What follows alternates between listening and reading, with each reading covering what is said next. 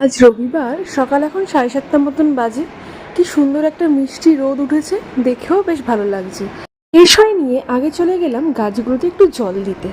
অনেকটাই শুকিয়ে গেছিলো, বৃষ্টিটা হচ্ছে কিন্তু সেইভাবে হচ্ছে না বলে গাছগুলোকে জল দিতে হচ্ছে। তো তারপরে খেয়ে নিলাম চা আর বিস্কিট।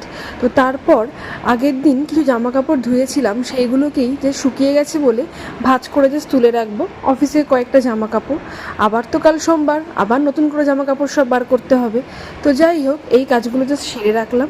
তো তারপর স্নান টান করে নিয়েছি তাড়াতাড়ি, কারণ ঠাকুর দিতে হবে। তো আগেই ছাদে গিয়ে জামা কাপড়গুলো মেলে ঠাকুর ঘরে চলে গেলাম। আমি আমার বাবার মাথায় জল ঢাললাম। যেহেতু অম্বাবতী চলছে, সুতরাং মেয়ে ঠাকুরদের তো কিছুই করতে নেই।